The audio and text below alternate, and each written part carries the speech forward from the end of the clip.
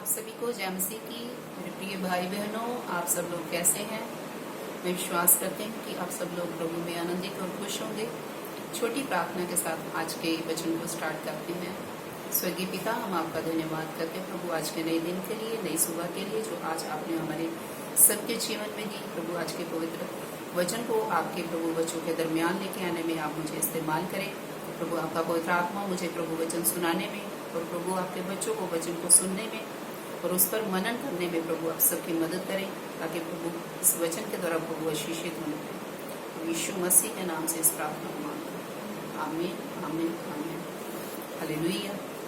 परमेश्वर के प्रिय लोगों, आज का प्रभावशाली वचन लिया गया है भजन संहिता की पुस्तक से। मेरे साथ उसका 32 अध्याय और उसकी 5 आयत को निकालिए। जब मैंने अपना पाप तुझ पर प्रकट किया और अपना अधर्म ना छिपाया और कहा, मैं यहोवा के सामने अपने अपराधों को मान लूँगा, तब तूने मेरे अधर्म और पाप को क्षमा कर दिया। हालेलुया। परमेश्वर के प्रिय लोगों, परमेश्वर हमारा क्षमा करने वाला परमेश्वर है। प्रभु का दास लिखता है कि जब मैंने अपना पाप तुझ पर प्रकट किया, जब कहता है कि मैंने अपने पापों को परमेश्वर के सामने रख दिया और उनको स्वीकार कर लिया, अपने अधर्म को ना छिपाया और मैंने कहा कि मैं यहोवा के सामने अपने अपराधों को मान लूँगा। हाँ परमेश्वर के प्रिय लोगों, हमें अपने परमेश्वर यहोवा के सामने, उस परमेश्वर के सामने जो हमारे सारे पापों से हमें क्षमा कर सकता है, हमारे सारे अपराधों को वो दूर कर सकता है, उससे हमें माफ़ी प्रदान कर सकता है, तो हमें अपने सारे अपराधों को, सारे पापों को परमेश्वर के सामने मानने की ज़रूरत है, स्वीकार करने की ज़रूरत है। तो जब हम ऐसा करेंगे, परमेश्वर के वचन में लिखा है कि जब मैंने अपने पापों को, अपने अपराधों को अपने परमेश्वर यहोवा के सामने उनको मान लिया, तब तूने मेरे अधर्म और पाप को क्षमा कर दिया। जो ही हम अपने पापों को मानते हैं, अपने अपराधों को स्वीकार करते हैं, वो हमारा परमेश्वर जो क्षमाशील परमेश्वर है, हमारे पापों को माफ़ करने की सामर्थ रखता है और उसके पास अधिकार है, वो सारे पापों से हमें क्षमा करता है।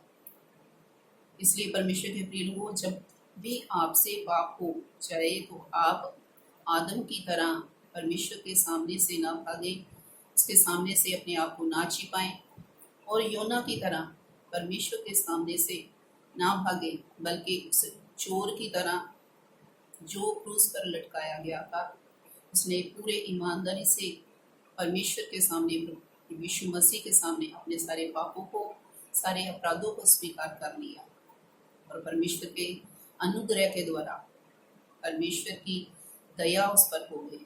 इसलिए परमेश्वर के प्रिय लोगों, प्रभु के वचन में लिखा है कि हमें उस परमेश्वर के सामने अपने पापों को, अपने अपराधों को मानना है, उसको स्वीकार करना है।